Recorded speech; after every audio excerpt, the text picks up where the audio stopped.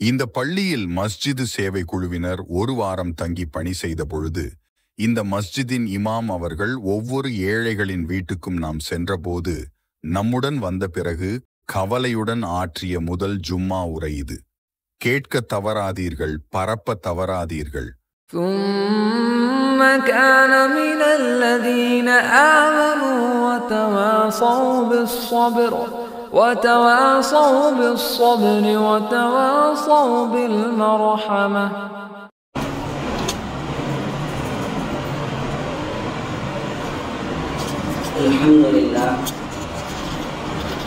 الحمد لله رب العالمين، نحمده ونستعينه ونستغفره ونعوذ بالله من شرور أنفسنا ومن سيئات أعمالنا، من يهده الله فلا مضل له ومن يضلله فلا هادي له، ونشهد أن لا إله إلا الله ونشهد أن سيدنا محمدا عبده ورسوله، أما بعد، فقد قال الله تعالى في القرآن العظيم وفي القرآن المجيد بعد أعوذ بالله من الشيطان الرجيم، بسم الله الرحمن الرحيم، ولا يحض على طعام المسكين، صدق الله. قال نبينا صلى الله عليه وسلم إنما الأعمال بالنيات وإنما لكل امرئ ما نوى، صدق رسول الله صلى الله عليه وسلم.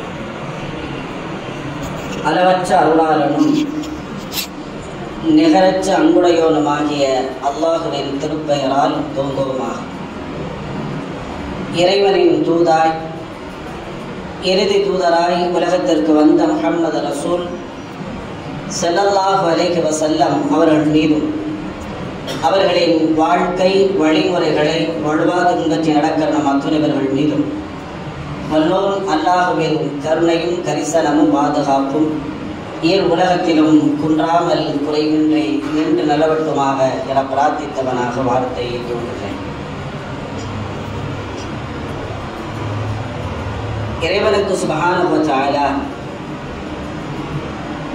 உலகிலே மனிதனை அல்லாஹு படைத்து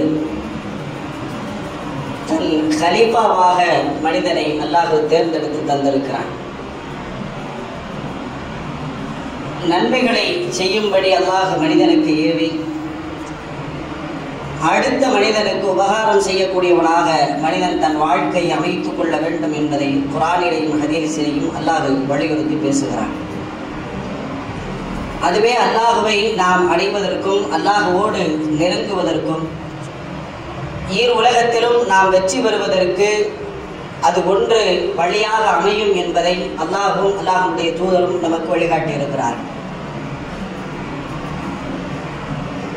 நம்பிக்கையை பற்றி குர்ஆனில் எந்த இடத்திலெல்லாம் அல்லாஹ் பேசுகிறானோ அப்படி பேசியதற்கு பிறகு இரண்டாவது இடமாக திருக்குர்ஆனில் அல்லாஹ் பயன்படுத்துகிற வாசகம் இதுதான். வபஷ்ஷிரில்லதீன ஆமனூ வஅமிலுஸ் ஸாலிஹாத், யார் ஈமான் கொண்டு நற்செயல்கள் செய்கிறார்களோ அவர்களுக்கு சுப செய்தியை நபியே நீங்கள் சொல்லுங்கள் என்று அல்லாஹ் குர்ஆனில் சொல்லுகிறான். முதலில் நம்பிக்கை, இரண்டாவது நற்காரியங்கள். இந்த ரெண்டையும் செய்யக்கூடிய மனிதர்களுக்கு நீங்கள் சுப செய்தி சொல்லுங்கள் அப்படின்னு அல்லாஹ்வுடைய தூதர் ஸல்லல்லாஹு அலைஹி வஸல்லம் அவர்களுக்கு அல்லாஹ் உத்தரவிடுகிறார். இது திருக்குர்ஆன் முழுக்க நிரம்பி கிடக்கிறது.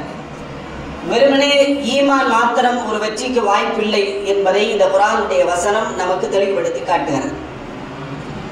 இன்னொரு வசனத்தில் அல்லாஹ் சொல்லுகிறான், யா அய்யுஹல்லதீன ஆமனூ, ஈமான் கொண்ட மக்களே, இர்கஉ, ருக்கு செய்யுங்கள், வஸ்துது, சுஜூது செய்யுங்கள், வஅபுது ரப்பக்கும், உங்களுடைய இறைவனை வணங்குங்கள்.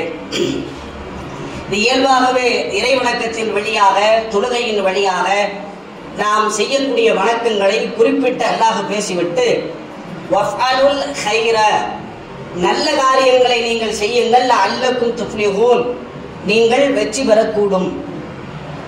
வெற்றி பெற வேண்டுமானால் நன்மையான காரியங்களை செய்யுங்கள் என்று அல்லாஹ் தெளிவாக பேசுகிறான்.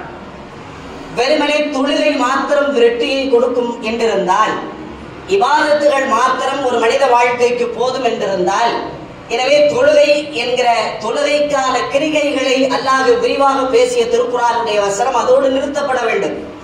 வெற்றி பெற வேண்டுமானால் நீங்கள் நல்ல காரியங்கள் செய்ய வேண்டும் என்கிற வார்த்தையை கூடுதலாக அல்லாஹ் சேர்த்திருப்பது வெற்றிக்கான வாய்ப்பு நன்மையான காரியங்களை செய்வதன் மூலமாக மாத்திரம்தான் கிடைக்கும் என்பதை இந்த வசனம் நமக்கு சொல்லித் தருகிறது. நன்மையான காரியங்கள் அப்படின்னா நாம பழகி அல்லது நம்முடைய பழக்க தோஷத்தின் அடிப்படையில் தொழுதால் நல்ல காரியம், நோன்பு வைத்தால் நல்ல காரியம், உம்ராவையும் ஹஜ்ஜையும் நிறைவேற்றினால் நல்ல காரியம் என்று சில குறிப்பிட்ட இபாதத்துகளை மாத்திரமே நல்ல காரியம் என்கிற பட்டியலுக்குள் நாம இணைத்துக் கொண்டு சுருக்கி வைத்திருக்கிறோம். ஆனால் அல்லாஹ் குர்ஆனில் நல்ல காரியம் என்று பேசியிருக்கிற இடத்தை ஆழமாக கவனித்தால், திருக்குர்ஆனுடைய விரிவுரைகள் சொல்லித் தருகிற இடங்களை நாம் வாசித்து பார்த்தால் அது நமக்கு சொல்லுகிற செய்தி மனிதனின் மீது இரக்கம் காட்டுவது நல்ல காரியம், அரக்கத்தனம் இல்லாமல் இரக்கத்தோடு வாழ்வது அது நல்ல காரியம், ஏழைகளின் மீது அன்பு காட்டுவது, ஏழைகளுக்கு உதவுவது நல்ல காரியம், தர்மம் செய்வது நல்ல காரியம், அன்போடு பேசுவது நல்ல காரியம், உதவிகள் தேவைப்பட்டால் உதவிகள் செய்வது நல்ல காரியம், யாராவது சிரமத்தில் இருந்தால் அந்த சிரமத்தை நீக்குவது நல்ல காரியம், ஒரு மனிதரின் தேவைக்காக நாம் குரல் எழுப்பி பேசுகிறோம், குரல் கொடுக்கிறோம், அது நல்ல காரியம். எனவே நன்மையான காரியம் என்பது இபாதத்தோடு சுருக்கப்படுவதல்ல. இஸ்லாம் சொல்லுகிற நல்ல காரியம் என்பது நம்மை சார்ந்த சக மனிதனின் தேவையை போக்குவது நல்ல காரியம் என்பதைத்தான் திருக்குர்ஆனுடைய வாசகம் நமக்கு சொல்லித் தருகிறது. நபிமார்கள் செய்த பணி இந்த பணி. பூமிக்கு அனுப்பப்பட்ட நபிமார்கள் அல்லாஹ்வை பற்றி பேசினார்கள், ஈமானை மக்களுக்கு உருவாக்கி கொடுத்தார்கள். அவர்கள் ஆற்றிய பணி, அவர்கள் செய்த சேவைகள் அனைத்துமே சமூக மக்களின் மீது கவனத்தோடு இருந்தார்கள் என்பதை குர்ஆன் நமக்கு சொல்லுகிறது. நூற்றுக்கணக்கான செய்திகள் உண்டு. ஒரு செய்தியை நாம் எடுத்துக்கொண்டால், மூசா அலைஹிஸ்ஸலாம் மதியன் என்கிற ஊருக்கு போறாங்க. பிரவுன்ட்ட இருந்து தப்பிச்சு மதியனுக்கு போறாங்க. மதியனுடைய வெளிப்புறத்துல ஒரு கிணறு இருக்கிறது. அந்த கிணற்றில் தண்ணீர் குடிப்பதற்காக 2 பெண்கள் நின்று கொண்டிருக்கிறார்கள். தண்ணீரை எடுக்க முடியாம சிரமப்படுறாங்க. மூசா அலைஹிஸ்ஸலாம் குர்ஆனில் இந்த தகவல் வருகிறது. மூசா அலைஹிஸ்ஸலாம் அந்த 2 பெண்களுக்கும் தேவையான தண்ணீரை பிடித்து கொடுத்தார்கள் என்கிற தகவல் குர்ஆனுக்குள் இருக்கிறது. 2 குடம் தண்ணி எடுத்து கொடுக்கிறது உலகத்தில் மிகப்பெரிய சாதனை கிடையாது, மிகப்பெரிய புரட்சி இல்லையே. எத்தனையோ ஆண்டுகளுக்கு முன்னால் நடந்த இந்த நிகழ்வை திருக்குர்ஆன்ல பதிவு செஞ்சு இப்ப நம்ம வாசிக்கிறோம். 1500 வருஷம் ஆயிடுச்சு. 2 தண்ணீர் குடம் நிரப்பப்பட்டது செய்தி அல்ல. தேவையுடைய மக்களின் தேவையை போக்குவது நபிமார்கள் வழி. யார் எந்த சிரமத்தோடு இருக்கிறார்களோ அந்த சிரமத்தை நீக்குவது அல்லாஹ் நேசிக்கிற வழி. எனவே அல்லாஹ் அதை விரும்புகிறான், அல்லாஹ் அதை நேசிக்கிறான். அது தண்ணீர் நிரப்புகிற ஒரு குடம் நிரப்பப்பட்ட செய்தியாக இருந்தாலும் கூட ஆயிரக்கணக்கான ஆண்டுகளாக அந்த வரலாறு பாதுகாக்கப்படுகிறது. அந்த செய்தி சமூகத்தினுடைய கவனத்திற்கு கொண்டு போகப்படுகிறது. எனவே நல்லவர்கள் நபிமார்கள் சமூகத்திற்கு தேவையான காரியங்களை இந்த உலகத்திற்கு செய்தார்கள் என்பதை இந்த குர்ஆனுடைய வசனம் சொல்லுகிறது. நம்ம அடிக்கடி பேசிக் கொண்டு வருகிற அந்த திருக்குர்ஆனுடைய வசனம் கடந்த ஜும்மாவிலும் நினைவுபடுத்தப்பட்டது. தீன், நம்ம மார்க்கத்துக்கு தீன்னு பேரு. இந்த தீன் அப்படின்னா என்ன, மார்க்கம்னா என்ன அப்படின்னு நாம என்ன புரிஞ்சு வச்சிருக்கோம், அல்லாஹ் என்ன வார்த்தையை சொல்றான்னு பாருங்க. மார்க்கத்திற்கு நாம ஒரு டெபினிஷன் வச்சிருக்கோம். அல்லாஹ் கேட்கிறார், தீன்னா என்னன்னு தெரியுமா? அலஹை தல்லதி யுகذிபு பித்தீன், தீனை பொய்ப்படுத்தியவன் யார் என்று நபியே நீங்கள் பார்த்தீரான்னு கேட்கிறான். இந்த தீனை யார் பொய்ப்படுத்துறாங்கன்னு நபியே நீங்கள் பார்த்தீர்களா? நாம என்ன புரிஞ்சிருக்கோம்? தொழுகையை விட்டால் தீன் பாதிப்பு, நோன்பை விட்டால் தீன் பாதிப்பு, ஜகாத்தை விட்டால் தீன் பாதிப்பு, ஹஜ்ஜை, இதெல்லாம் நமக்கு சுயமாக கொடுக்கப்பட்ட இபாதத். நம்ம செய்யலைன்னா உலகத்துல எந்த பாதிப்பு வராது, நாம் பாதிக்கப்படுவோம். நான் தொழுகையை விட்டதுனால இந்த சமூகத்தில் ஏதாவது பிரச்சனையான பிரச்சனை இல்லை, நான் பாதிக்கப்படுவேன். மார்க்கத்துக்கு குறை வந்துருமா? நம்ம எல்லாம் சேர்ந்தது முகல்லாவில் நாங்க தொழ மாட்டோம்னு சொல்றதுனால இந்த மார்க்கம் இடிந்து போகுமா? இந்த மார்க்கத்துக்கு எந்த சேதாரமும் கிடையாது. அவன் தீனை பொய்ப்படுத்தியவன் யார்? அடுத்து அல்லாஹ் பேசுகிறான், பதாலி கல்லதி எதுவல் யதீம், அவன் அனாதைகளை விரட்டக்கூடியவன். அனாதைகள் பாதுகாக்கப்பட வேண்டும், அனாதைகள் கண்ணியப்படுத்தப்பட வேண்டும். ஆனால் அவர்களை விரட்டுவது தீனை பாழாக்குவதற்கு சமம். வலா யஹுது அலா துஆமில் மிஸ்கின், ஏழைகளுக்கு உணவு கொடுப்பதன் மீது இவன் தூண்டவே இல்லை. இவன் செய்யலன்னு இல்லை, அடுத்தவனை செய்யறதுக்கு ஆர்வம் ஊட்ட, அதை தடுப்பதற்கு முயற்சி செய்கிறான். உலகத்திலேயே எந்த வேதமும் சாப்பாடு கொடுக்கறத தடுக்கிறத பாவம்னு பேசல. ஒருத்தன் போய் ஒருத்தன் நீ இவனுக்கு உணவு கொடு, இவனுடைய தேவையை போக்குன்னு ஒருத்தன் சொல்லலைன்னா அவன் குற்றவாளி கிடையாது. ஆனால் குர்ஆன் அவனை குற்றவாளிங்கிறது. அவன் தீனை இடிக்கிறான் என்ற அர்த்தம். அவனால் இந்த மார்க்கம் சிதைக்கப்படுகிறது என்ற அர்த்தம். மார்க்கம் என்பது அல்லாஹ்வுக்கு செய்வது மாத்திரமல்ல, மார்க்கம் என்பது இபாதத்துகளால் கூட்டு அல்ல, தனி மனித வாழ்க்கைக்குள்ள இருக்க வேண்டிய ஒரு சமூகத்தின் கவனம். தான் வாழ்கிற காலத்தில் தன்னோடு இருக்கிற சமூக மனிதன் பாதிக்கப்படுகிற போது அந்த பாதிப்பை, அந்த துயரை துடைப்பதற்கு இவன் முயற்சி செய்யவில்லை. ஆனால் இது சமூக குற்றம் அல்ல, தீனை அவன் உடைக்கிறான் என்ற அர்த்தம். அவன் எவ்வளவு பெரிய வார்த்தையை அல்லாஹ் குர்ஆனில் பயன்படுத்துகிறான். மற்ற எந்த விஷயத்திற்கும் இவ்வளவு தூக்கலான வார்த்தை குர்ஆனில் பயன்படுத்தப்படவில்லை. அல்லாஹ் அப்படி ஒரு வார்த்தையை பயன்படுத்துகிறான். சமூகத்தில் நிறைய பிரச்சனைகள், ஒன்று ரெண்டு அல்ல. அதுல ரொம்ப முக்கியமான பிரச்சனை நீங்க எடுத்து பார்த்தீங்கன்னா, இயல்பாகவே வறுமை கோட்டுக்கு கீழே வாழ்கிற முஸ்லிம்களுடைய வாழ்க்கையில ஒரு நேர உணவுக்கு கூட உத்தரவாதம் இல்லாத பசியோடு வாழ்கிற சமூகத்தின் வாழ்க்கை இன்றைக்கு சாத்தியப்பட்டிருக்கு. பசியோடு கிடக்கிறார்கள். ஒரு நேரம், 3 நேரம் அல்ல, சில பேர் 4-5 நேரம்னு டைம் கூடிக்கிட்டு போகிற வாழ்க்கையும் இருக்கிறது. ஒரு நேரம் கூட உணவு உத்தரவாதம் இல்லாத ஒரு வாழ்க்கை இன்றைக்கு சமூகத்தில் வந்திருக்கிறது. பசி எங்கிருந்து தொடங்குறது தெரியுமா? ஆதி மனிதன் முதலாக படைக்கப்பட்ட போது அவனுக்கு உண்டானது பசி. அவனுடைய முதல் தேடலை பசியாகத்தான் இருக்கு. தாயின் கருவறைக்குள் இருக்கிற போதே குழந்தைக்கு பசி உண்டாகி விடுகிறது. தொப்புள் கொடியின் வழியாகத்தானே அந்த பசிக்கான உணவை அந்த குழந்தை பெற்றுக்கொண்டே இருக்கிறது. எப்போது தொப்புள் கொடி துண்டிக்கப்படுகிறதோ அந்த குழந்தை அழுது சத்தமிட்டு அது கேட்கிற செய்தியும் பசிக்கான செய்தி தான். அங்கிருந்து தாயின் கருவறைக்குள் இருந்து துவங்கிய பசி, அது இல்லாத மனித வாழ்க்கையே இல்லை. எல்லாவற்றையும் துறந்தவர்கள் பசியை அவர்களால் துறக்கவே முடியாது. எல்லாமே வேணான்னு ஒதுங்குற ஆட்கள் கூட எனக்கு பசிக்கலன்னு ஆடையை துறந்தவர்கள் இருக்கிறார்கள், ஆசைகளை துறந்தவர்கள் இருக்கிறார்கள். பசி இல்லை அப்படின்னு துறந்த ஆட்கள் உலகத்துல இருக்காங்கன்னா அப்படி ஒரு தகவலே இல்லை. இன்றைக்கு அது இஸ்லாமிய சமூகத்தின் எண்ணிக்கையில கூடி போயிருக்கு. அல்லாஹ் குர்ஆன்ல அன்றைக்கு வாழ்ந்த மக்காவாசிகளுக்கு அவன் செய்த அருள் கொடையாக குர்ஆனில் பேசுகிறான். நமக்கு தெரிந்த அந்த ரீலாமி குரைஷ் என்கிற அத்தியாயத்தில் அல்லாஹ் சொல்றான், அல்லதி அத்அமஹும் மின் ஜூ, பசியில் இருந்து அவர்களுக்கு உண்ணுவதற்கான உணவை நாம் கொடுத்தோம். இது அருள் கொடை என்று அல்லாஹ் பேசுகிறான். நீங்களும் நானும் சர்வசாதாரணமாக சாப்பிடுறதுனால உணவை பற்றிய சிந்தனை நமக்கு இல்லை, நமக்கு பசிக்கிறதே இல்லை, நமக்கு பசி எடுப்பதே இல்லை. உணவு இருக்கிற போது வருவதற்கு பேர் பசி அல்ல, உணவே கிடைக்காத போது ஒரு மனிதனுக்கு உண்டாகுது பாருங்க, அதுக்கு பேர் பசி. நமக்கு தீர்ப்பதற்கு 1000 வழிகள் இருக்கிறது. நாம் வேண்டுமானால் தாமதப்படுத்தலாம், விரும்பினாலும் கிடைக்காத சூழலில் ஒரு சமூகம் வாழ்ந்து கொண்டிருக்கிறது. எனவே அதனால் தான் அல்லாஹ் சொல்லுகிறான், உங்களுக்கு பசியில் இருந்து நீங்கள் சாப்பிடுவதற்கு நாம் உண்ண கொடுத்தோம், இது நாம் செய்த அருள் என்று சொல்லுகிறான். குர்ஆன்ல சஹாபாக்களுடைய பல்வேறு செய்திகளை அல்லாஹ் பேசுகிறான். ஆச்சரியமான இடங்கள் அதெல்லாம். ஒரு மனித வாழ்க்கையில் இவ்வளவு தூரம் சில செய்திகள் கவனப்படுத்தப்படுமானா சஹாபாக்களுடைய வாழ்க்கை கவனம். அவர்கள் சிந்திய கண்ணீர் துளி திருக்குர்ஆனுக்குள் இருக்கிறது. சஹாபாக்கள் வாழ்க்கையில் சிரித்த சிரிப்புகள் திருக்குர்ஆனுக்குள் இருக்கிறது. அவர்கள் செய்த தியாகங்களை அல்லாஹ் குர்ஆனில் பேசுகிறான். ஒரு இடத்துல ஒரு சஹாபி விளக்கை போய் அணைக்கிறார். விளக்கு அணைப்பது இயல்பான செய்தி தானே. ஒரு சஹாபி விளக்கை அணைக்கிறார். திருக்குர்ஆனில் அல்லாஹ் அந்த வரலாறை பேசுகிறார். வாழ்கிற வாழ்க்கைக்கான அர்த்தம் சஹாபாக்களுடைய வாழ்க்கையில் தெரிகிறது.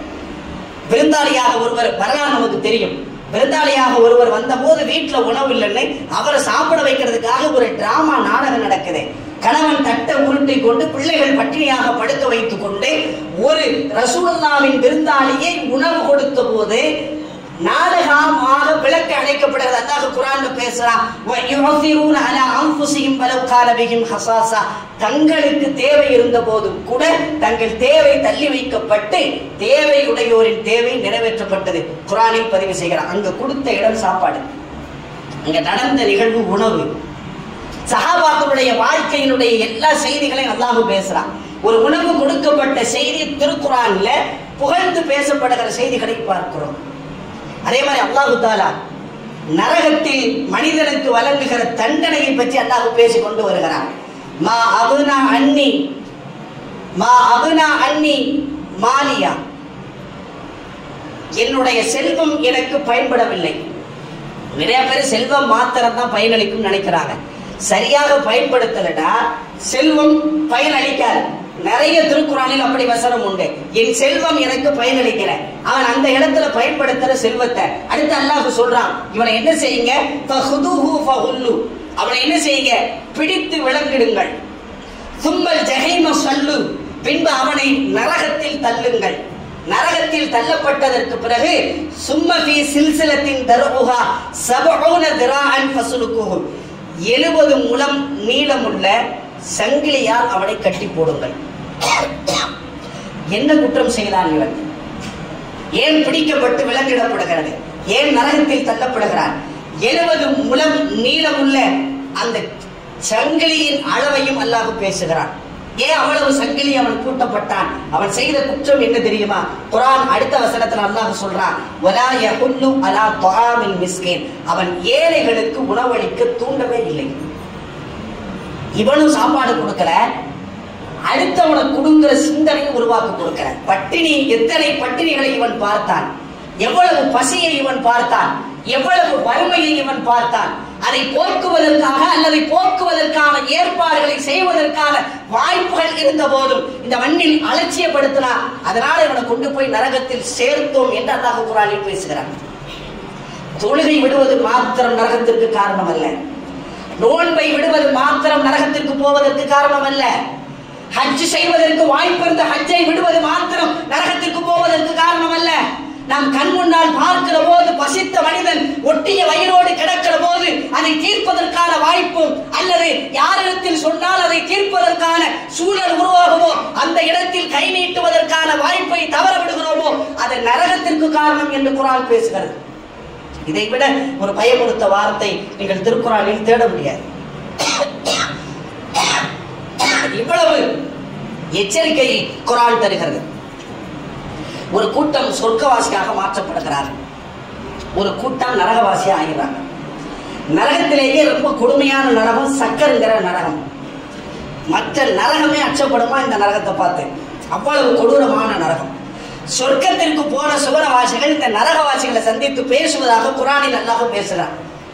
இவ்வளவு மோசமான நரகத்துக்கு ஏப்பா நீங்க வந்தீங்க, இங்கேயே நீங்க வந்தீங்க, இது இவ்வளவு மோசமான நரகம் அப்படின்னு இவங்க கேட்ட போது அந்த நரகவாசிகள் பேசியதாக மறுமையில் நாளை நடைபெற வேண்டிய நிகழ்வை பற்றி குர்ஆனில் அல்லாஹ் சொல்லுகிறான். ஏன் நாங்கள் இவ்வளவு மோசமான நரகத்துக்கு வந்தோம் தெரியுமா? வலம் நக்கும் நுத்இமுல் மிஸ்கீன், நாங்கள் ஏழைகளுக்கு உணவு அளிக்கல. பிரச்சனை அதுதான். என் பசி தீர்ந்ததற்கு பிறகு என்னோடு இருக்கிற சக மனிதனின் பசியை போக்குற சிந்தனை எனக்கு வரல. பக்கத்து வீட்டுக்காரன் பசித்திருக்கிற போது நீ சாப்பிடக் கூடாது என்பது இஸ்லாமிய வாழ்க்கை. நீ வைக்கிற சால்னாவில் கூட தண்ணீர் அதிகப்படுத்தப்பட வேண்டும். ஏன் தெரியுமா? நீ கெட்டியாக வைக்காத, தண்ணியை வை, பக்கத்து வீட்டுக்காரனுடைய பசியை ஆற்று. அவ்வளவு தூக்கலாக இந்த மார்க்கத்தில் பேசப்படுகிறது. அது புறக்கணிக்கப்படுகிற போது, அதன் மீதான கவனம் குறைக்கப்படுகிற போது அதுவே நரகம் கொண்டு போய் சேர்ப்பதற்கு காரணம்னு சொல்லுது நிறைய குர்ஆனுடைய வசனம். வலா தஹாதுன அலா துஆமில் மிஸ்கீன், ஏழைகளுக்கு உணவளிக்குமாறு நான் தூண்டவே இல்லை. குர்ஆன் நிறைய நான் கொடுக்கல என்பது கவனம் அல்ல. நம்மளை பத்தி அல்லாஹ்வுக்கு தெரிஞ்சிருக்கு. படைச்சவங்கிறதுனால நீ சொல்ல ஏன்ட்ட இல்லையே, கொடுக்கறதுக்கு வசதி இல்லையே, கொடுக்கறதுக்கு வாய்ப்பு இல்லையே, கொடுக்கறதுக்கு என்ற பொருளாதாரம் இல்லையே நாம சொல்லுவோம்னாலதான் நீ செய்யாவிட்டாலும் யார் செய்வார்கள் என்று அடையாளப்படுத்த வேண்டிய இடத்தை ஏன் தவற விட்டாய்? இவற்றை போங்க கிடைக்கும், அதை இப்படி செஞ்சா உங்களுக்கு வாய்ப்பு அமையும், நீங்க இப்படி செஞ்சா இதுல மாற்றத்தை உருவாக்க முடியும்னு வழிகாட்ட வேண்டிய பொறுப்பு இருந்த போது ஏன் உனக்கு இல்ல? அறிவுக்கு எங்கெங்க பஞ்சம்? அறிவுக்கு பஞ்சம் இருக்கா? பொருளாதாரத்தில் பஞ்சம் வரலாம், அறிவுக்கு பஞ்சம் இல்லையே. வழிகாட்டுவதில் பஞ்சம் இருக்கிறதா? வாழ்க்கையை காட்டுவதற்கு பஞ்சம் இருக்கிறதா? சொல்லிக் கொடுப்பதற்கு பஞ்சம் இருக்கிறதா? இதுதான் இந்த பிரச்சனையை தீர்க்கும் என்று தட்டி கொடுப்பதற்கு இந்த சமூகத்தில் பஞ்சம் இருக்கிறதா? அப்படி ஒரு பஞ்சம் வருமானால் அந்த பஞ்சத்திற்கு தீர்வு நரகம் என்கிறான் அல்லாஹ். அந்த பஞ்சத்திற்கு தீர்வு நீ அதிலேயும் கஞ்சத்தனமாக இருந்தாய். காசு கொடுப்பதில் உனக்கு கஞ்சத்தனம் வருது, பரவாயில்ல, அது இயற்கை. சொல்லி கொடுக்கறதே உனக்கு கஞ்சத்தனம் வந்துருச்சுன்னா அடையாளப்படுத்தி கை நீட்டுவதற்கும் உன் விரல் அச்சப்படுவானால் இருக்க வேண்டிய இடம் நரகம் என்கிற செய்தியை குர்ஆன் நமக்கு எச்சரிக்கைப்படுத்துகிறார். வறுமையில அல்லாஹ் சில மனிதர்களை பார்த்து கேட்பான் என்று சொல்லப்பட்ட இடத்துல தெரிஞ்ச அந்த பிரபலியமான நபிமொழி அல்லாஹ் பேசுவதாக அந்த ஹதீஸ் வருது. நான் நோயாக இருந்தேன், ஏன் நோய் நலம் விசாரிக்க வரல அப்படின்னு ஒரு அடியாண்ட கேட்க, அவரு அப்ப நீ எப்படி நோயாக இருப்ப? இல்ல, பூமியில ஒரு நோயாளியா ஒருத்தர் இருந்தாரு, அவரை நீ பார்த்திருந்தா என்னை நலம் விசாரித்த நன்மை உனக்கு கிடைச்சிருக்கும். நான் தண்ணீர் கேட்டேன், எனக்கு நீ கொடுக்கல. உனக்கு எப்ப ரப்ப தாகம் வரும்? நீ பூமியில ஒருத்தர் தண்ணீர் கேட்டு கொண்ட வந்தான், நீ அவனுக்கு தாகத்தை போக்கி இருந்தால் என்னை நீ அடைந்திருப்பாய். பசித்து உன்னிடத்தில் சோறு கேட்டு வந்தேன். அல்லாஹ்வுடைய அந்த வார்த்தையை பாருங்க, படிக்கிற போது ரொம்ப ஆச்சரியமா இருக்கு. அவன் கேட்கிறான், உலகத்துக்கு ரிஸ்கை வழங்கக்கூடிய ரப்பு மறுமையில கேட்கிறான், நான் உன்ட சோறு கேட்டு வந்தேன், எனக்கு சோறு கொடுக்கல, ஏன் எனக்கு சோறு தரலன்னு படைச்ச ரப்பு கேட்கிறான். இந்த அடியான் திருப்பி கேட்கிறான், ரப்பே உனக்கு பசி இல்லை என்பதானே உன் தன்மை, உன் ஆற்றல், நீ எங்கே பசித்து என்னிடத்துல சோறு கேட்டு வந்த? அல்லாஹ் லிஸ்ட் அவுட் கொடுக்குறான். இத்தனை மனிதர்கள் உன் கண் முன்னால் ஒற்றிய வயிறோடு உன்ட பசியா கேட்டு வந்து நின்றாங்க, நீ அவங்களுக்கு அப்ப உணவு கொடுத்திருந்தா அதன் நன்மையில் என்னை பெற்றுக் கொள்வாய். இறைவன் தன்னின் பக்கம் சேர்க்கிறான். நம்ம மனுஷங்களா இந்த ஆறையோடு சுற்றி கொண்டிருக்கிற மனிதர்களாக பார்க்கிறோம். அல்லாஹ் தனக்கு செய்த நன்மையாக இதை எடுத்துக் கொள்வதாக அல்லாஹ்வுடைய தூதர் ஸல்லல்லாஹு அலைஹி வஸல்லம் சொன்ன அந்த ஹதீஸை குதுஸியினுடைய வார்த்தை நம்முடைய கவனத்துக்குரியது. எனவே பசியை போக்குவதற்கு, வறுமையை போக்குவதற்கு, சமூகத்தின் தேவையை தீர்ப்பதற்கான முயற்சி நாம செய்யணும். அல்லது முயற்சி செய்யப்படுகிற இடத்திற்கான உதவிகளையும் ஆலோசனையும் செய்கிற இடத்தில் நாம் இருக்க வேண்டும் என்பது குர்ஆன் காட்டிய வழி. அப்படி வாழ்வதற்கான நல்ல சூழலையும் சந்தர்ப்பத்தை அல்லாஹ் நம் அனைவருக்கும் உருவாக்கி தருவாராக. வாஹிரு தஅவானா அல்ஹம்துலில்லாஹி ரப்பில் ஆலமீன்.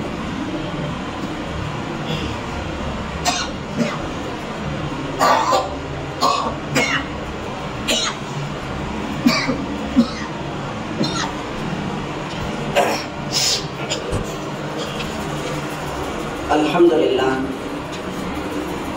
அல்ஹம்துலில்லாஹி ரப்பில் ஆலமீன். அஸ்ஸலாத்து வஸ்ஸலாமு அலா சய்யிதினா முஹம்மதின் ஸல்லல்லாஹு அலைஹி வஸல்லம்.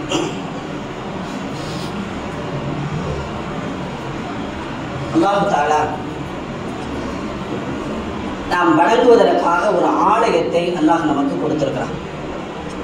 அதுதான் மஸ்ஜித், பள்ளிவாசல் அப்படின்னு நாம சொல்றோம். ஒவ்வொரு சமய மக்களுக்கும் அவர்கள் வணங்குவதற்கான ஆலயங்கள் பல்வேறு பெயர்கள்ல அமைக்கப்பட்டிருக்கு. நாம வணங்கக்கூடிய ஆலயத்திற்கு மஸ்ஜித், பள்ளிவாசல் அப்படின்னு நாம பெயர் சொல்றோம்.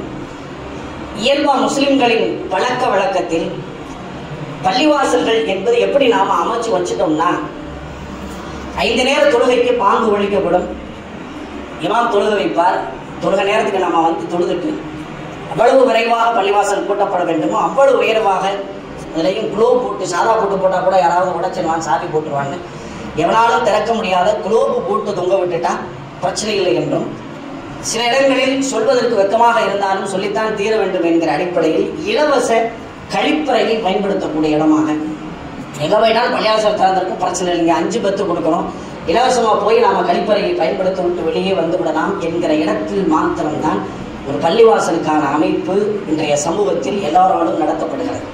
இன்றைக்கல்ல, ஒரு 10 ஆண்டுகளுக்கு முன்பிருந்து இந்த செய்திகள் தொடர்ச்சியாக எல்லா நிகழ்வுகளையும் கவனப்படுத்தப்படுகிறது. காலத்தின் தேவையாக மீண்டும் இப்போது பேசுவதற்கான வாய்ப்பு வந்திருக்கிறது. ரசூலுல்லாஹ் மதீனாவுக்கு போன உடனே முதல்ல செஞ்ச வேலை பள்ளிவாசல் கட்டினாங்க. அனாதை சிறுவர்களுக்கு சொந்தமான ஒரு இடத்தை விலை கொடுத்து வாங்கி ரசூலுல்லாஹ் கல்லையும் மண்ணையும் சுமந்து சஹாபாக்களோடு சேர்ந்து எல்லா காரியம் செஞ்சு பள்ளிவாசல் கட்டி அப்புறம் தான் இஸ்லாம் உருவாச்சு. 13 ஆண்டு கால மக்காவின் வாழ்க்கையில் சாத்தியப்படாத பல்வேறு செய்தி மதீனாவினுடைய 10 ஆண்டுகள் இந்த சமூகத்திற்கு சாத்தியப்பட்டதற்கு பள்ளிவாசல் காரணம். வெறுமனே சந்தாக்கள், திருமண நிகழ்வுகள் அப்படிங்கிற இடத்தில் மாத்திரம் ஒரு பள்ளிவாசல் சுருக்கப்படக்கூடாது. பேசுவதற்கு நிறைய செய்தி, நான் விரைவாக கடந்து போகிறேன். ஒரு ஆம்புலன்ஸ் தேவைன்னா பள்ளிவாசலுக்கு ஃபோன் பண்ணி ஆம்புலன்ஸ் பள்ளிவாசல்ல இருந்து தயாராக நிற்கணும். 24 மணி நேரமும் பள்ளிவாசலில் லைட் அணையாம எரிஞ்சுக்கிட்டே இருக்கும். திடீர்னு ஒரு வீட்டில் ஒரு விபத்து ஏற்படுகிறது, ஆஸ்பத்திரிக்கு எங்க போகணும்னு தெரியலன்னா பள்ளிவாசலுக்கு போன் பண்ணி கேட்கிறோம், நாங்க எந்த ஹாஸ்பிட்டலுக்கு கொண்டு போக. இங்கிருந்து பதில் சொல்றோம், நீங்க எந்த ஹாஸ்பிட்டல் கொண்டு போய் சேருங்க, நாங்க அங்க வர்றோம்னு சொல்லக்கூடிய அளவுக்கு உயிரோட்டம் உள்ள இடமாக ஒரு பள்ளிவாசல் மாற்றப்படும். வெறுமனே கற்களால் கட்டப்பட்ட இயங்க முடியாத ஒரு இடமாக பள்ளிவாசல் இருக்கக்கூடாது. முஸ்லிம்களின் இதயத்தில் வாழ்கிற இடமாக ஒரு பள்ளிவாசல் மாற்றப்பட வேண்டும். அல்லாஹ் அப்படி ஒரு சூழலை உருவாக்கி தர வேண்டும். ஏன் இந்த இடத்தை திரும்ப திரும்ப வலியுறுத்தி சொல்றோம்னா, பள்ளிவாசல்கள் இல்லாமல் இஸ்லாமிய சமூகத்தின் கட்டமைப்பு இல்லை. இன்னைக்கு சூழல் எப்படி மாறி இருக்குன்னா, உங்களுடைய கவனத்துக்கு நான் கொண்டு வருகிறேன். அரசாங்கத்தை கூட நாம நம்ப முடியாத இடத்துக்கு வந்துட்டோம். நம்ம சமூகத்தை பாதுகாத்துக் கொள்வதற்கு நாம தயாராக வேண்டிய சூழ்நிலைக்கு வந்துடும். நான் ஒப்பீட்டளவில் சொல்கிறேன், உயர்வை கருதி அல்ல. எல்லா சமூக மக்களும் தன் சமூகத்தை பாதுகாக்கிற இடத்துக்கு வந்துட்டாங்க. நாடார்களுக்கு சொந்தமா வங்கி இருக்கு, வட்டி அந்த இடத்துல நீங்க கடந்து போங்க, நம்ம அதுக்குள்ள போக வேண்டாம். தன் சமூகத்தை பாதுகாத்துக் கொள்ள, தன் சமூகத்திற்கு ஒரு ஆபத்து வந்தால் ஒரு வங்கி இயங்கக்கூடிய அளவுக்கு ஒரு சமுதாயம் நம்மோடு வாழ்றவங்க இன்னைக்கு சாத்தியப்பட்டாங்க. கீழ்மட்டத்தில் இருந்த ஒரு சமூகம் உலகத்தினுடைய உச்சாணி கொம்புக்கு மாறி போன இடங்களை நீங்க கவனமாக வாசித்து பார்த்தால் புரிந்து கொள்ள முடியும். இஸ்லாமிய சமூகத்துக்கு அது வாய்ப்பில்லை. ஒரு செய்தியை நீங்க யோசிச்சீங்கன்னா, கல்வி சார்ந்த இடங்கள்ல முதல்ல தென்னிந்திய கல்வி சங்கத்தின் வலியுறுத்தலால் 1946 மகளிருக்கான தனி கல்லூரி ஒன்று உருவாக்கப்படுகிறது. 46 அன்றைக்கு கல்வி அமைச்சராக இருந்த அவினாசி லிங்கம் செட்டியார்கள் வந்து பார்த்துட்டு, முஸ்லிம்களுக்கு மட்டும் என்ன தனியா ஒரு கல்லூரி வச்சிருக்கீங்க, அது நல்லதா இருக்காது, அதனால அந்த கல்லூரி எடுத்துறோம்னு சொல்லி அந்த கல்லூரி திரும்ப என்ன செய்யப்படுது, 1948 எத்திராஜ் என்பவருக்கு அந்த கல்லூரி மாற்றப்படுகிறது. இன்னைக்கு சென்னையில எத்திராஜ் கல்லூரியில் அவ்வளவு பிரபலியமா நடைபெற்றது. ஆரம்பத்தில் முஸ்லிம்களுக்காக கட்டப்பட்ட முஸ்லிம் பெண்களுக்கான கல்லூரி. முகமதன் கல்லூரிக்கு வழங்கப்பட்ட சலுகைகள் அனைத்தும் நிறுத்தப்படுகிறது. கல்வியாளர்கள் பூரா யோசிக்கிறாங்க, பயப்படுறாங்க, என்ன சூழ்நிலைக்கு இந்த சமூகம் மாறும்னு திரும்ப ஒரு திட்டமிடுறாங்க. திட்டமிட்டதுக்கு பிறகு 1951 சென்னையில முதல்ல நியூ காலேஜ் புது கல்லூரி துவங்கப்படுகிறது. அதே ஆண்டு திருச்சியில ஜமால் முகமது கல்லூரி துவங்கப்படுது. 1954 சென்னையில SIET என்கிற மகளிர் கல்லூரி துவக்கப்படுது. அதே ஆண்டில் அதிராமப்பட்டத்துல காதர் மைதீன் கல்லூரியும் துவக்கப்படுது. 1965 மேல் விசாலத்துல அப்துல் ஹக்கீம் கல்லூரி துவக்கப்படுது. நம்ம மதுரையில் 1968 வக்ஃப் போர்டு கல்லூரி துவங்கப்படுது. எந்த அரசாங்கத்தின் சலுகையை நம்பி அல்ல. முஸ்லிம் சமூகத்தின் மீது கல்வியாளர்களுக்கு ஏற்பட்ட ஆர்வம், அந்த கவலை, எங்களுக்கு அரசாங்கம் செய்ய தேவையில்ல, நாங்களே பார்த்துருவோம்னு அவங்க காட்டிய கவனம் இன்றைக்கு கல்லூரிகளின் எண்ணிக்கை துவங்கி இருக்கிறது. கல்வியில் பின்தங்கிய ஒரு சமூகம் அந்த சமூகத்தின் மீதான அடுத்த கட்ட கவனம், கல்வியில் கவனம் உள்ளவர்களாக மாறி இருக்கிறார். இதே நிலைதான் பொருளாதாரத்தில். உமர் ரலியல்லாஹு ஆட்சி காலத்தில் யமன் தேசத்திற்கு முஆத் இப்னு ஜபல் ரலியல்லாஹு அவர்கள் ஆளுநராக நியமிக்கப்படுகிறார்கள். ஜகாத்தை வசூல் செய்து மத்திய அரசு உமர், மாநில அரசு முஆத் இப்னு ஜபல் ரலியல்லாஹு ஜகாத்தை வசூல் செய்து 3 பங்கா பிரிச்சு 1 பங்கை மட்டும் மத்திய அரசுக்கு அனுப்புறாங்க. உமர் ரலியல்லாஹு சொல்றாங்க, இல்ல எங்களுக்கு தேவையில்லை, உங்க பகுதிக்கு செலவழிங்க, எங்களுக்கு 2 போது 1 நீங்க வச்சுக்கோங்க. 2ஆம் ஆண்டு ஜகாத் வசூல் செய்யப்படுது, பாதியா பிரிக்கப்படுது, பாதி மத்திய அரசுக்கு பாதி மாநில அரசுக்கு. 3ஆம் ஆண்டு வருகிறது, ஜகாத் வசூல் செய்யப்படுகிறது, முழு ஜகாத்தையும் திருப்பி கொடுத்துட்டாங்க. முஆத் இப்னு ஜபல் சொல்லுகிறார், எங்க ஜகாத்தை வாங்குறதுக்கு ஆள் இல்ல, இங்க நாங்க ஜகாத் வச்சு என்ன செய்வோம், யாருக்கு தேவை அவங்களுக்கு கொடுங்க. நடந்த நிகழ்வு. 2வது உமர் என்ற வரலாற்றில் அழைக்கப்படுகிற உமர் பின் அப்துல் அஜீஸ் ரஹ்மத்துல்லாஹி அலைஹி அவங்களுடைய ஆட்சி காலத்துல சந்தையில ஜகாத்துடைய பொருள்கள் குவிக்கப்பட்டு ஒருவரை சம்பளுக்கு நியமிக்கப்பட்டிருக்கிறது. அவர் மக்களுக்கு கூவி அழைப்பார், இங்கே ஜகாத்தின் பொருள்கள் தேங்கி கிடக்கிறது, யாராவது தேவையுள்ளவர்கள் இருந்தால் வந்து ஜகாத்துடைய பொருளை எடுத்து போகலான்னு. பிச்சைக்கார சமூகமாக முஸ்லிம்கள் வாழல. வக்ஃபோர்டுல நமக்கு இருக்கிற சொத்தின் அளவு தெரியுமா? ரயில்வே துறைக்கு அடுத்ததாக சொத்துகள் இருக்கிற ஒரே ஒரு சமூகம் முஸ்லிம் சமூகம். தட்டேந்து நிற்கிற பிச்சைக்கார வாழ்க்கைக்கு இந்த சமூகத்தின் வாழ்க்கையை நாம மாற்றி வைத்திருக்கிறோம் என்பது கவலையோடு யோசிக்க வேண்டிய செய்தி.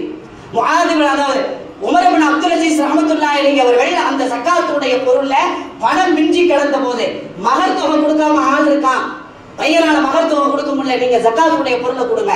தார் ரோடு ஜகாத்துடைய பொருளை போடுங்க. மக்கள் நிற்பதற்கு நிழல் குடைகளை ஜகாத்துடைய பொருளை கொடுங்க. அடிமைகளை உரிமை விடுவதற்கு அதை பயன்படுத்துங்கள்.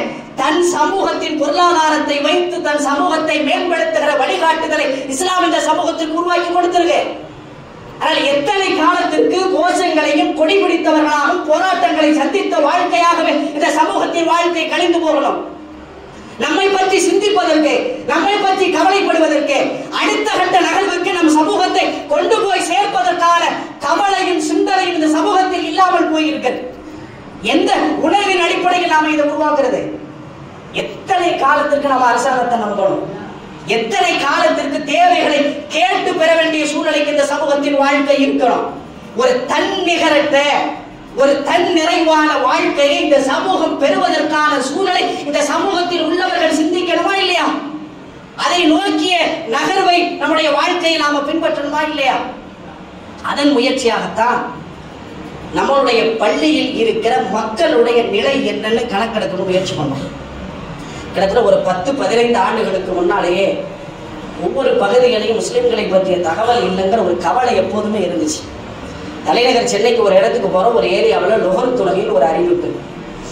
அப்துல் காதர்ங்கிற ஒருத்தர் வேலைக்கு போனாரு. திடீர்னு போன இடத்துல மவுத்தாயிட்டாரு, மருத்துவமனையில் இருக்காரு. யாருக்காவது தெரியும்னா சொல்லுங்க, இங்க அப்துல் காதர் யார் இருக்காருன்னா அவங்க ஃபேமிலிக்கு தெரியப்படுத்துங்கன்னு ஒரு தகவல் 15 ஆண்டுகளுக்கு முன்னாடி சென்னையில். ஒரு ஏரியாவில் அப்துல் காதர் எத்தனை பேர் இருப்பாங்க? நம்ம தலைவர் பேரே அப்துல் காதர். நீங்க எத்தனை அப்துல் காதரை தேடி கண்டுபிடிப்பீங்க?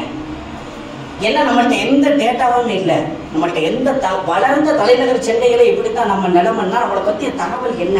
குக்கிராமங்களில் பரவாயில்லை, வளர்ந்து வருகிற இடத்துல நமக்கு தகவலே இல்லைன்னா மதீனாவுக்கு போனோடனே மக்கள் தொகை கணக்கெடுப்பை கையில வச்சுதான் ரசூலுல்லாஹ் வெற்றி பெற்றாங்க. தகவல் இல்லாமல் இந்த சமூகம் வெற்றி பெறதுக்கு வாய்ப்பு இல்லையே. எனவே நம்மளுடைய பகுதியில் இருக்கிற மக்களுடைய நிலையை நாம முதல்ல கணக்கெடுக்கணும் முயற்சி பண்ணோம். கடந்த ஜும்மாவில் உங்களுக்கு அந்த தகவல் சொல்லப்பட்டது. கிட்டத்தட்ட ஒரு 150 குடும்பங்களை பற்றிய கணக்குகள் எடுக்கப்பட்டது. இதை பற்றிய தகவல் உங்களுக்கு ஜும்மாவுக்கு பிறகு அறிவிக்கப்படும். அதில் பார்த்த சில செய்திகளை எங்களுடைய கவனத்துக்கு நான் கொண்டு வரேன். என்ன நிகழ்வு நம்ம சமூகத்தில்? நம்ம நிறைய புள்ளி விவர கணக்குகள், நிறைய தகவல்கள், கட்டுரைகள், ஆய்வுகள்லாம் நிறைய பார்த்தோம். இப்போதான் கண் கொண்டு பார்க்கிற செய்தி அல்லாஹ் உருவாக்கி கொடுத்தான். வறுமைனா என்ன, பசினா என்ன, பிரச்சனை என்ன, சமூகத்தினுடைய வாழ்க்கையின் நிலை எந்த நிலையில இருக்கு, பெற்றோர்களுக்கு செய்ய வேண்டிய சேவைகளை அவ்வளவு தூக்கலா பேசுறோம். ஆனால் பெற்றோர்களை, குழந்தைகளால் கைவிடப்பட்ட பெற்றோர்களுடைய வாழ்க்கையின் நிலை அல்லாஹ் தான் யோசிக்கணும். ஒரு செய்தி சொல்லுகிறேன், நீங்கள் மறுமையில தண்டனைலாம் யோசிக்காதீங்க, துன்யாவிலே உங்களுக்கு தண்டனை இருக்கு. யார் செய்கிறார்களோ, பெற்றோர்களை புறக்கணிக்கிறார்களோ, மறுமையில பார்த்துக்கிறார்களான்னு நினைக்காதீங்க. நீங்கள் வாழ்கிற காலத்தில் அதற்கான தண்டனையை அனுபவிக்காமல் இந்த பூமியில் இருந்து நீங்கள் தப்பிக்கவே முடியாது. திருக்குரான் எச்சரிக்கிற மிகப்பெரிய கடுமையான இணை வைப்புக்கு அடுத்து குரான் கண்டிக்கிற இடம் பெற்றோர்களுக்கு. அப்படி பிள்ளைகளால் கைவிடப்பட்ட பெற்றோர்களுடைய காட்சிகள்லாம் நீங்க பார்த்தீங்கன்னா, நான் அவ்வளவு செய்தி எனக்கு சொல்றதுக்கு மனநிலை இருக்குமான்னு தெரியல, உங்களால் கேட்கிற மனநிலை நீங்க இருக்குமான்னு தெரியல. சில செய்திகளை மாத்திரம் உங்களுக்கு நினைவுபடுத்துகிறேன். ஒரு கவிதையில எனக்கு எப்போதும் அடிக்கடி நினைவு போகிறோம். ஒரு பெற்றோர்களை பாதுகாக்கிற காப்பகத்தில் ஒரு வாசகம் எழுதப்பட்டிருக்கிறது. எப்போதும் சொல்லுவோம்ல, கோழி மிதிச்சு குஞ்சுகள் சாக மாட்டாங்க அப்படின்னு தான் வாசகம் சொல்லுவாங்க. எழுதி போட்டிருந்தான், குஞ்சுகளால் மிதிப்பட்டு கோழிகள் இங்கே உறங்கிக் கொண்டிருக்கிறார்கள், யாரும் சத்தமிடாதீர்கள். குஞ்சுகளால், பிள்ளைகளால் அடிபட்ட கோழிகள் இங்கே உறங்கிக் கொண்டிருக்கிறார்கள், யாரும் சத்தமிடாதீர்கள் என்று எழுதப்பட்ட வாசகம் நம் சமூகத்தில் சாத்தியமா இருக்கு. நீங்க மற்ற பெரிய பாவத்தெல்லாம் தூக்கி வைங்க, இயல்பாக அடிப்படையாக பெற்றோர்களை பாதுகாக்க வேண்டிய ஒரு 2 குடும்பத்தை உங்களுடைய கவனத்துக்கு கொண்டு வரேன். கிட்டத்தட்ட 76 வயதை தாண்டிய, 68 வயதை தாண்டிய ஒரு பெரியவர்கள், பெற்றோர்கள். உங்க பிள்ளைகளுக்கு பெற்றோர்கள், நமக்கெல்லாம் அவங்க தான் பெற்றோர்கள். முடக்குவாத நோயில் தந்தை படுத்து கிடக்கிறார். அந்த வயது மூப்பில் 68 வயதில் நடப்பதற்கு சாத்தியமில்லாத சூழ்நிலையில் வெளியே போய் 10 பாத்திரம் செய்து ஒரு நாளைக்கு 20 ரூபாய் மாத்திரம் தான் எனக்கு கிடைக்கும், அதுதான் என் குடும்ப வாழ்க்கை என்று ஒரு கட்டில் அளவு தான் வீடு. ஒரு ஹால், நம்ம பயன்படுத்துற ஹால் தான் அவங்களுக்கு வீடு. அப்படி ஒரு வீட்டுக்குள் குஞ்சுகளால் மிதிப்பட்ட 2 கோழிகள் தங்கி இருக்கிற காட்சியை பார்த்து விட்டு வந்தோம். அதே மாதிரி பார்த்தீங்கன்னா, நம்ம இங்க பாலத்துக்கு கீழே கிட்டத்தட்ட 81 வயது நிரம்பிய முதியவர் நடப்பதற்கு தடுமாறுகிற சூழ்நிலையில் வீடுகள் முழுக்க ஒழுகிற சூழ்நிலையில், குழந்தைகள் இருந்தும் குழந்தைகளால் பராமரிக்கப்படாத சூழ்நிலையில் கிடைக்கிற காசுகளை வைத்து சம்பாதிப்பதற்கு வாய்ப்பே இல்லை. கிடைக்கிற காசுகளை வைத்துக் கொண்டு தன் வாழ்க்கை எவ்வளவு தூரத்திற்கு என் வாழ்க்கை போகுமோ அவ்வளவு தூரம் நான் வாழ்ந்து விட்டு போகிறேன் என்கிற வார்த்தையோடு அந்த தள்ளாத வயதில் 2 குஞ்சுகளால் மிதிப்பட்ட கோழிகள் அங்கே இருக்கிற காட்சியை நம்ம பகுதியில் நம்ம கண் முன்னால் வாழ்கிற காலத்தில் என்னமோ சாதித்தோம் என்று நினைத்துக் கொண்டிருக்கிற காலநிலையில் எல்லாவற்றையும் இறங்குகிற சூழ்நிலையில் நம் சமூகத்தின் வாழ்க்கை தரமைட்டமாக போயிருக்கிறதை பெற்றோர்களை கவனிக்கிற இடத்திலும் கூட அவர்கள் கவனிக்கவில்லை என்றால் இந்த பொறுப்பில் இருப்பவர்கள், இந்த சமூகத்தினுடைய பொறுப்பாளர்கள், இந்த சமூகத்திற்குள்ளே மேடு பள்ளங்களை நிரப்ப வேண்டிய ஆட்கள் இது போன்ற மனிதர்கள் கண்களுக்கு படவில்லையா என்கிற கேள்வி இந்த சமூக முற்றத்தினுடைய கவனத்திற்கு நாம கொடுக்க வேண்டிய இடத்துக்கு இருக்கும். கணவனால் கைவிடப்பட்டவர்கள் பிள்ளைகளை வைத்துக் கொண்டு அவர்களுடைய பிழைப்பால் அந்த குடும்பம் வாழ வைப்பதற்கு கரண்ட் இல்லாம ஒரு வீடு சாத்தியமா? கரண்ட் இல்லாம வாழ முடியுமா? ஒரு நாள் பவர் கட் எவ்வளவு பிரச்சனை, வாழ்நாள் முழுக்க கரண்டே இல்லாமல் நம் பள்ளிக்கு பக்கத்தில் ஒரு குடும்பம் வாழ்ந்து கொண்டிருக்கிறதால் எவ்வளவு சிரமத்தை அந்த குடும்பம் சந்திக்கும் யோசிங்க. கணவனால் கைவிடப்பட்டவர்கள் குழந்தைகளை கையில் வைத்துக் கொண்டு, கணவன் இறந்து போயிருக்கிறான், பெற்றோர்கள் இறந்து போயிருக்கிறார்கள், யாரும் பாதுகாப்பு இல்லை. 10ஆம் வகுப்பு வரை தன் மகனை படிக்க வைத்து விட்டு ஒரு மாப்பு தொழில் செய்கிற இடத்தில் தன் மகனை வேலைக்கு சேர்த்து விட்டு தான் இருக்கிற காலத்தில் எல்லாம் தன் தலையின் நரம்பு பிரச்சனை காரணமாக மாதம் 5000 ரூபாய்க்கு மருத்துவம் சாப்பிட்டு மருந்து வாழ்ந்த வாய்ப்பில்லை என்கிற காலகட்டத்தில் எல்லா ஃபார்மையும் ஃபில்லப் பண்ணிட்டு என் மகனை படிக்க வச்சா எனக்கு போதும்னு ஒரு தாய் கண்ணீரோடு கதறிய கதறலுக்கு யார் பதில் சொல்ல போகிறோம்? எனக்கு எதுவும் தேவையில்லை, என் குழந்தை படிக்க வைத்தால் போதும், என் பிரச்சனை எல்லாம் தீர்ந்து போய்விடும் என்று ஒரு தாய் கதறிய கண்ணீருக்கு இந்த சமூகத்தில் பதில் இருக்கிறதா? என்ன பதில் சொல்ல போகிறோம்? எதை சாதித்ததாக இந்த சமூகத்தின் முற்றத்திலே நீங்களும் நானும் கவலைப்படுத்திக் கொண்டிருக்கிறோம்? இப்படி ஏழைகளாக வறுமையின் கோட்டுக்கீழே ஒவ்வாறுகளாக தொங்குகிற சமூகத்தின் மனித வாழ்க்கை எல்லா பகுதிகளும் நிறைந்து போய் கிடக்கிறது. வெறுமனே மேட்டிக்குடி வாழ்க்கை மாத்திரமே இந்த சமூகத்தில் பிரபலியமாக பேசப்படுகிற காலத்தில் பள்ளத்தில் கீழ்த்தட்டத்தில் வாழ்ந்த மனிதர்களின் சோக காட்சிகள் 98%. நான் எண்ணிக்கையை குறைத்து சொல்ல வேண்டும் என்பதற்காக சொல்கிறேன். 98% வட்டியில் இருக்கிறார். நான் கூட ஏதோ கொஞ்சம் இருக்கு வாங்குவாங்கன்னு நினைச்சேன். நான் குறைத்து சொல்ல வேண்டும் என்பதற்காக சொல்கிறேன். கூடுதலாக சொல்லுவது சும்மா இருக்கும் அவமரியாதை என்பதால் 98% வட்டியில் வாழ்கிற முஸ்லிம் குடும்பம். நிறைய குடும்பங்களில் தான் படித்த படிப்புக்கான வேலை இல்லாத சூழல், மிக குறைவான சம்பளத்தில் 40,000 50,000 ரூபாய் வாங்க வேண்டிய அளவுக்கு படிச்சுட்டு 10,000 ரூபாய் கூலி வேலை பார்க்கிற மனிதன் அவனுக்கு நல்ல வேலை இருக்குடான்னு யார் தான் சொல்றது? இங்க போய் வேலை பார்த்தா உனக்கு இவ்வளவு சம்பளம் தருவாங்கன்னு சொல்றதுக்கு எனக்கு என்ன 2000 ரூபாய் என் பாக்கெட்ல காசு காலி ஆயிருமா? இங்க போனா உனக்கு இப்படி வேலை கிடைக்கும்னு அவனுக்கு அடையாளப்படுத்தி என் கையை நீட்டி காட்டுவதற்கு எனக்கு என்ன சிரமம் இந்த சமூகத்தில் வந்துடும்? இதை யார் இந்த சமூகத்துக்கு அடையாளப்படுத்தி கொடுக்கிறது? நோயின் பின்னால் மனித வாழ்க்கை லட்சக்கணக்கில் கோடிக்கணக்கில் வசதியே இல்லாத மனிதர்கள் கூட இங்கே சேர்த்துட்டா இங்க போய் இருந்தா தான் காப்பாற்ற முடியும்னு ஒரு பிம்பம் உருவாக்கப்பட்டு மளிகை கடைகளை விட மருந்து கடைகள் எண்ணிக்கை இந்த சமூகத்தில் கூடி இருக்குல்ல. இதை விட ஒரு சாபக்கேடு உண்டா? நீங்கள் ஒரு காலத்துல பேசி பாருங்க, சின்ன குழந்தை மருந்து கடைங்கிறது அபூர்வமா பார்த்தோம். ஒரு ஊருக்கு ஒண்ணுதான் இருக்கும். முக்குக்கு தெருவுக்கு தெருவுக்கு வாசலுக்கு டோர் டெலிவரி. சோறை டோர் டெலிவரி பண்ணா கரெக்ட், மருந்தும் டோர் டெலிவரி வாங்குற இடத்துக்கு நாம வந்துட்டோமே. என்ன மருத்துவத்தை பற்றி எந்த சிந்தனையும் இல்லாத சமூகமாக வாழ்கிற மக்கள். அது அந்த மக்களுக்கு நாம சொல்லித்தரணுமா இல்லையா? வயது, நீங்கள் இதையெல்லாம் பார்த்துட்டு வந்த பிறகு எனக்கு சில கூத்துகளும் கிடைச்சது. அல்லாஹ் அந்த பாடத்தை உணர்த்தினான். வயசு தெரியலங்க முஸ்லிம்களுக்கு, வயசு தெரியல. கூப்பிட்டு கேட்டா முழிக்குது வேண்டுமே. அட்ரஸ் தெரியல. என்ன வீட்டில் நீ குடியிருக்க அட்ரஸ் தெரிய வேணாமா? நம்ம வாழ்கிற இடத்திற்கான அடையாளம் நமக்கு. நீங்க பிம்பம் பிளட் குரூப் தெரியல, அது நீங்க பெரிய விஷயமா யோசிக்கலான்னு விடுங்க. வயசு தெரியல. இந்த சமூகத்திற்கான என்ன வாழ்க்கை உருவாக்கி கொடுத்துருக்கோம் பாருங்க. தான் வாழ்கிற வீட்டின் அட்ரஸ் தெரியல, முகவரி தெரியல. நான் இந்த வீட்டில் தான் இருக்கேன், இந்த தெருவில் தான் இருக்கேன், டோர் நம்பர் என்ன போன் போட்டு கேட்கறேன், போன் நம்பர் தெரியல. அந்த போன் நம்பரை எடுக்கிறதுக்கு நாம பெரும்பாடு வர்றோம். அப்ப என்னன்னா என்னமோ ஒரு வாழ்க்கை வாழ்ந்து கொண்டிருக்கிறார். ஒரு பிம்பத்திற்குள் ஒரு சூனியமான வாழ்க்கை இஸ்லாமிய சமூகத்துக்கு. நீங்க வெளியே பார்க்கிற பிம்பத்தை முதல்ல உடைக்கணும். நாம அந்த பிம்பம் அல்ல முஸ்லிம்களுக்கான அடையாளம். நீங்கள் கவனித்து ஆழமாக அதை நீங்கள் பதிவு செய்வதற்கு முயற்சி செய்தால் இந்த சமூகத்தினுடைய வாழ்க்கையில மிக மிக மோசமான கட்டங்கள் நமக்கு காட்சியா தெரியுது. இது இந்த சமூகத்தில் மாற்றப்படணும். அதில் குறிப்பாக எங்கெல்லாம் பள்ளி வாசல்கள் இருக்கிறதோ அந்த பள்ளி வாசல் அந்த முஹல்லாவை முன்னேற்றுவதற்கான முயற்சி பண்ணணும். இங்க பசித்தவன் யார் என்பது தெரியணும். நீங்க மிக பிரம்மாண்ட வேண்டாம் தோழர்களே, மிகப்பெரிய சாதனையின் கிரேடுகள் வேண்டாம். என் பகுதியில் ஒருவன் பசித்திருக்கிற போது அவனுக்கு உணவு தருகிற வாய்ப்பு எனக்கு இல்லைன்னா நான் என்ன வாழ்க்கை வாழ்கிறேன் என்று அர்த்தம். எனக்கு கொடுத்த வாழ்க்கைக்கு நான் என்ன நன்றி செய்வதற்கு தயாராக இருக்கிறேன் என்று அர்த்தம். நீங்க அல்லாஹ்விட்ட தப்பிச்சிட முடியுமா? நீங்கள் செய்கிற ஒரு குறிப்பிட்ட இபாதத்துகள் மாத்திரம் நம் வாழ்க்கைக்கான வெற்றியை நமக்கு உருவாக்கி தருமா? உதாரணத்துக்கு 2 செய்தியோடு நான் நிறைவுக்கு வருகிறேன். சில தனி மனிதர்கள் செய்கிறாங்க இதை, இஸ்லாமிய அடையாளத்தோடு வாழ்பவர்கள். சில தனி மனிதர்கள் சாத்தியப்படுறாங்க. இங்க ஜமாத் பயப்படுது, நிர்வாகம் அச்சப்படுறோம். நம்ம இந்த காரியத்தை செஞ்சுருவோமா, இதை நம்மளால செய்ய முடியுமா, இதை அடுத்த கடத்து கொண்டு போக முடியுமா? ஒரு மிக பிரமாண்டமான மக்கள் பின்னணி இருக்கிற இடத்தை அச்சம் வருது. சில தனி மனிதர்கள் செய்கிறாங்க. மனசுதான் இங்க காரணம், இந்த தைரியம் தான் இங்க காரணம்.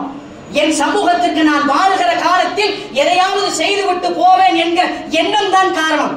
நான் அடிக்கடி சொல்வது உண்டு, ஒரு சோத்துல நீங்க ஆணி அடிச்சீங்கன்னா அந்த ஆணி அடிச்சு புடுங்கினீங்கன்னா அங்க ஒரு ஓட்டை தெரியும். வந்தவன் கேட்பா என்னங்க ஓட்டையா இருக்கு, இந்த மாதிரி காலண்டருக்கு ஆணி அடிச்சோம் திரும்ப பிடிக்கிட்டோம். திரும்ப நீங்க சிமெண்ட் வச்சு பூசுங்க, அப்போ வந்தோடனே தெரியும் ஏதோ ஒரு ஓட்டை போட்டிருக்கீங்க, ஏதோ சிமெண்ட் வச்சு பூசிருக்கீங்க. ஆமா, திரும்ப நீங்க வெள்ளை அடிங்க, வெள்ளை அடிச்ச பிறகு தெரியும் ஏதோ ஓட்டை போட்டு சிமெண்ட் பூசி திரும்ப அங்க பெயிண்ட் அடிக்கப்பட்டது. ஒரு அரை இன்ச்சு ஆணி இந்த மண்ணில் தலையில் அடி வாங்கிய போதும் தான் வாழ்ந்ததின் அடையாளத்தை இந்த மண்ணில் விட்டு போகிற போது அல்லாஹ்வின் அத்தனை அருள்களையும் அனுபவித்த நீங்களும் நானும் என்ன அடையாளத்தை இந்த சமூகத்திற்கு செய்து விட்டு போக போகிறோம்? என்ன அடையாளத்தை உருவாக்க போகிறோம்? சில தனி மனிதர்கள் உங்களுக்கு நினைவுபடுத்துகிறேன். தென்காசியில ஒருத்தர் 2019 பசி இல்லா தென்காசி அப்படின்னு ஒரு டைட்டில். ரோட்ல யாரெல்லாம் இருக்காங்களோ அவங்களை போய் பராமரிக்கிறார். பராமரிக்கும் போது செய்தி கிடைக்குது, பிச்சைக்காரர்களுக்கு கூட ஏதாவது உணவு கிடைச்சிருது.